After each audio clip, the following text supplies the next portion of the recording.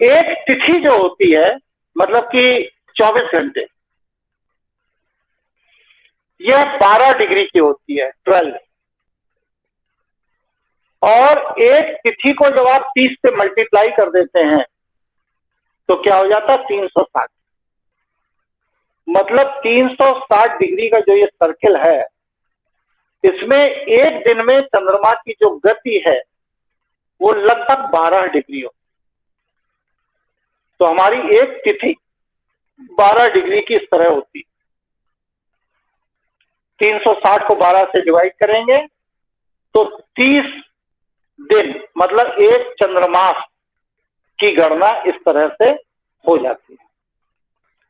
अब तिथि को हम अपने प्राचीन कैलेंडर वाला घंटा मिनट से नहीं, अपनी परंपरागत प्राचीन कैलेंडर पद्धति से, पंचांग पद्धति से जब देखते हैं तो हमारे यहाँ एक तिथि जो है ये 60 घटी की होती है, और एक घटी बराबर 24 मिनट के बराबर होती है। तो एक घंटा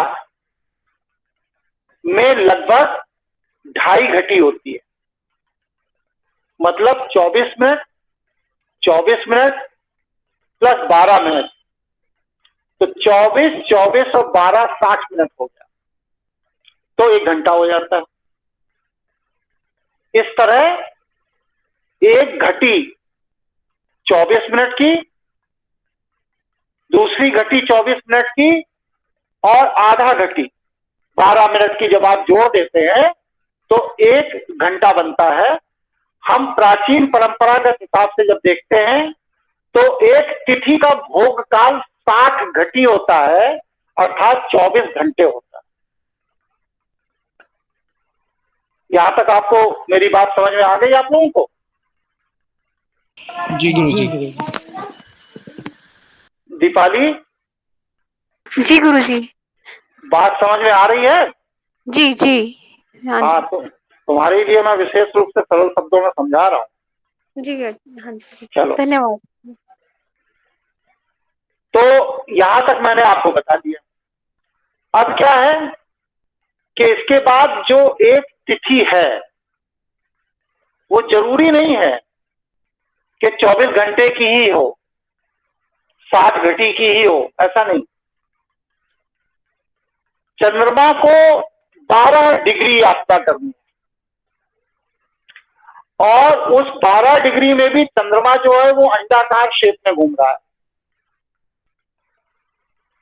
तो जब चंद्रमा पृथ्वी के अंडाकार शेप में घूमता है तो कभी वह 12 डिग्री जल्दी क्रॉस कर लेता है और कभी वह 12 डिग्री ज्यादा समय में क्रॉस करता है। तो इस हिसाब से चंद्रमा 12 डिग्री की एक तिथि को क्रॉस करने में 19 घंटे कम से कम लगाता है और अधिक से अधिक 26 घंटे लगाता है। तो जब 19 घंटे में वह तिथि को क्रॉस करता है तो क्या होता है, पंचांग में तिथि लोप हो जाता है। हम लोग कहते नहीं है जब सप्तमी के बाद अब की बार अष्टमी नहीं पड़ी, सीधी नौमी पड़ गई। क्यों पड़ गई? क्योंकि तिथि का जो निर्धारण है, ये सबसे इंपॉर्टेंट चीज बताने जा रहा हूं कि तिथि का जो निर्धारण है वो निर्धारण सूर्य के उदय समय से होता है। सूर्य जिस समय उदित हो रहा है उस समय चंद्रमा जिस तिथि में गोचर कर रहा होता है उसी तिथि को उस दिन की तिथि मान लिया जाता है। आप देखते होंगे अक्सर बड़ा कंफ्यूजन होता है कि रक्षाबंधन आज है कि कल है, होली आज है कि कल है, दशहरा आज है कि कल है, पूर्णिमा आज है कि कल है। जितने ज्योतिषी हैं सब अपने अपने मनगढ़ंत सब बताते रहते हैं, किसी को कुछ नहीं पता। सीधा सिद्धांत समझ लीजिए कि जिस तिथि को जो त्योहार होना है वो तिथि यदि सूर्य उदय के समय उपलब्ध है तो वह त्योहार उसी दिन मनाया जाएगा। कभी भी कोई भी त्योहार, कोई भी तिथि 2 दिन नहीं होती, कभी नहीं होती, उसी दिन मनाया जाए जिस समय सूर्योदय हुआ।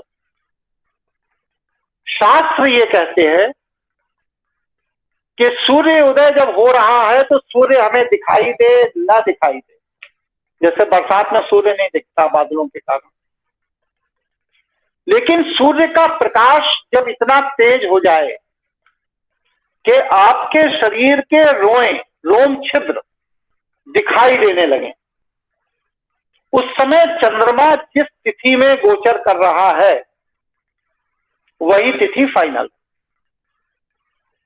इसीलिए सॉफ्टवेयर में जब कुंडली बनाई जाती है तो रात्र 12 बजे के बाद कैलेंडर वहां बदल जाता है, लेकिन हम लोगों के यहां जब हम लोग पंचांग से तिथि निर्धारण करते हैं, दिन निर्धारण करते हैं, तो वहां रात्रि 12 बजे नहीं बदलता, वहां सूर्य उदय के समय बदलता। इसीलिए देखिए पंचांग से जब हम बनाते हैं तो लिखते हैं दिन बुधवार, और जब सॉफ्टवेयर से वही कुंडली बनती है तो लिख के आ जाता है दिन मंगलवार। लोग भ्रमित हो जाते हैं कि अरे भाई मेरा जन्म तो बुध को हुआ था, मंगल कैसे लिख गया, या मंगल को हुआ था बुध कैसे लिख गया। तो उसका कारण बस सिर्फ यही है कि अंग्रेजी सिस्टम में जिससे सॉफ्टवेयर बनाए गए हैं उनमें रात्रि 12 बजे के बाद दिन बदल जाता है, और अपने परंपरागत वैदिक पंचांग सिस्टम में दिन सूर्योदय से बदलता है। इसलिए सूर्य उदय के पूर्व और रात्रि 12 बजे के बाद का समय कंप्यूटर की कुंडली में अलग दिवस बताएगा और पंचांग में अलग दिवस बताएगा। यहां तक स्थिति साफ हो गई।